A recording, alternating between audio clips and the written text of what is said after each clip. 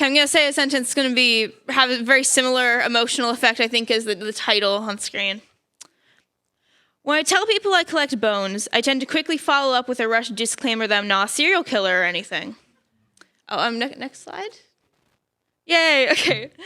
I've always really liked dead things, which is another phrase that sounds really bad out loud, but it's true. Here's me at 8, when my favorite animals are ones that have been bones for thousands, if not millions of years. I think younger me would be a little disappointed that all the bones I find now aren't dinosaur ones, honestly. Even once my dinosaur phase ended, my love of nature that I've had ever since I was very little remained, and still does. I actually volunteer at a wildlife hospital, where I get to see and help heal animals every Friday. However, death is very much a part of nature, and so whether I'm helping a sick bird recover or out hiking near my house, I'm bound to come across it. I started collecting bones because I want to try and honor a part of life, the end of it, that we're often raised to be disgusted by. Collecting bones isn't a common hobby, but it's definitely a morbid one, but it isn't sad, at least not to me. There isn't inherently a line between life and death. It isn't black and white so much as a gray area, because to find death, you have to find life first. Okay, next slide, I think. Yeah, awesome. Okay, also should set a warning. Bones, obviously, for some slides. The first step in bone collecting is, of course, to find them. They're not usually in super obvious places like front yards or Halloween stores, unfortunately, but they can be found in a million other places, such as creek beds, near school, or on the beach. They're hidden in the mud of creek beds with ferns growing over them like a soft green blanket, or sometimes full skeletons laid out in a field with poppies growing where flesh used to be. The animals to whom these bones belong became meals of coyotes and bobcats with their cubs, or maybe an owl keeping the mouse population in check. The bones are a reminder of what once was, and they don't serve a purpose now. If you're inspired by chance by this presentation to go and collect bones, only take some of what you find, never all of them. And also, as a tip, don't take bird bones because it's actually super illegal in the state of California. Let's see, I think next slide? Yeah, okay, I was right. Next, take them home, carried either in an old shopping bag or with my bare hands if I'm unlucky. Don't worry, I swear I wash my hands a lot, and I get stares for this, especially from old people walking their dogs. It can feel like the odd looks are justified, but I try not to let it get to me. At home, I fill a Home Depot bucket with dish soap and water and scrub the bones with a toothbrush, which is never used on human teeth ever again, but it works fine for raccoon or deer ones, until built-up dust and dirt fall away to reveal white and gray. Occasionally, this step reveals parts of the bone stories, dried sinew clinging to the cracked sagittal crest of deer skulls where antlers are broken off, or brittle hair white with age stuck to the femur of a skunk. This is a little gross on a physical level, which is why I wear gloves, but it's a reminder that what I'm holding was once alive. Next, I fill a bucket with a 3-to-1 ratio of hydrogen peroxide to water to brighten the bones and sanitize them.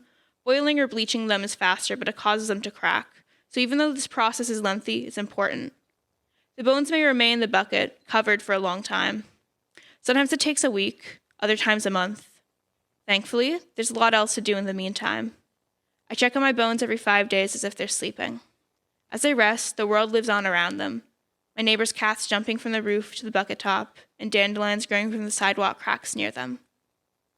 Once enough time has passed that the femurs and skulls and ribs look bright and clean, I lay the bones to dry in the sun. Sometimes dirt remains, as do miniature patches of dried sinew or fur. That's often for the best. It's part of what they are. Finally, I take the bones inside and I make art with them. Next slide. I think that's right. Actually, no, slide after that. Whoops. Yeah. I make art with them. I made jewelry out of vertebrae. I've made arguably ominous Halloween decorations with deer antlers. And most of all, I painted pictures of the bones I collect. In fact, last year in Winter Immersives, I made an entire exhibition about it, of which a lot of paintings are right there.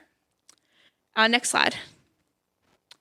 One of those pictures is this one right here, which is a painting representing an ancient fossil found in Africa nicknamed the Triassic Cuttle. The two animals here died together millions of years ago, seeming to hold one another despite the fact that they would have been predator and prey. Their story is so beautiful and mysterious, and whether or not they really did die holding one another, or if it's simply a coincidence that they were together at all, the fact that paleontologists today wonder at all about what happened is such an amazing thing. The human need to tell stories, to wonder about what happened in the past, how things lived, is marvelous. And maybe the heart of why I find bones so fascinating has a lot to do with the fact that I love stories. I love creating them in art and writing and animation. I love hearing them and seeing them and watching them take form in my head. I love visiting places like museums that honor the past. Dinosaur and animal bones aren't put in museums so that people can see them and think about how they're dead. They're there to tell a story, to say, hey, these lived. They're a reminder that they lived just as we did, just as we do. But why collect bones when there's so many other ways to honor the dead? Less morbid ways, right? People write songs about those who are gone. They build beautiful graveyards. They have funerals. The gross, natural parts of death are overlooked and hidden away, quite literally buried. But who should determine what's too gross or ugly to be honored, to be seen?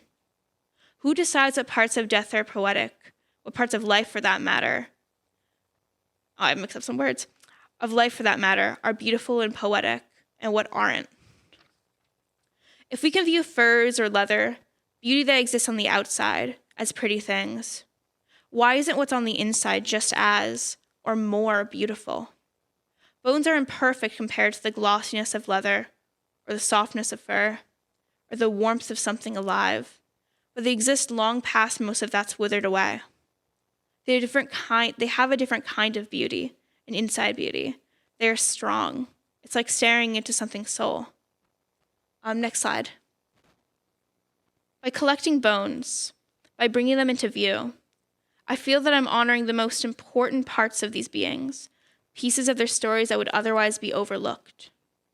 Everyone already celebrates stories of conquering adventurers. We all had to read the Odyssey back in 9th grade, or heroes with superpowers. But what about the buck deer that, from the dents in his forehead and the wear of his molars, we can tell was quite old, survived coyotes and mountain lions for years, spent his days grazing on grass and poppies, and chose to die softly and quietly underneath the shade of an oak tree. Thank you. Thank you, Dylan. It was a great philosophical piece to give us a lot of thought about how we define so many things, how we see beauty, how we see life and death. So, great philosophical moment to help us move into mindfulness. And mindfulness, again, for those of you who need the refresher, the opportunity for you to just take some time for yourself, to allow yourself to just be. There's nowhere you have to be. There's nowhere you have to go. There's nothing you have to do. It's also a time that we ask that you allow everyone to have their own space. So this means refraining from touching other folks, from focusing on your phones. All of that should be away. So many distractions in our lives. Right, so I'm going to ask you to sit up straight and close your eyes and look down. See if you truly can focus on your inhales and exhales and have that be the only thing you do.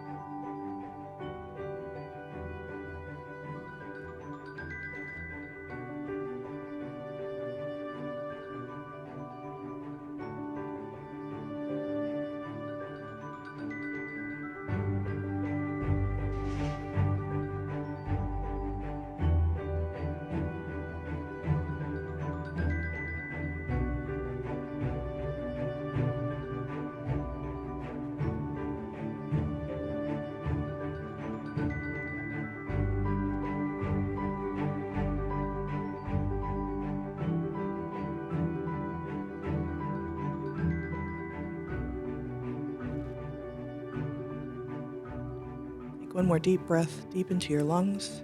Exhale. Thank you.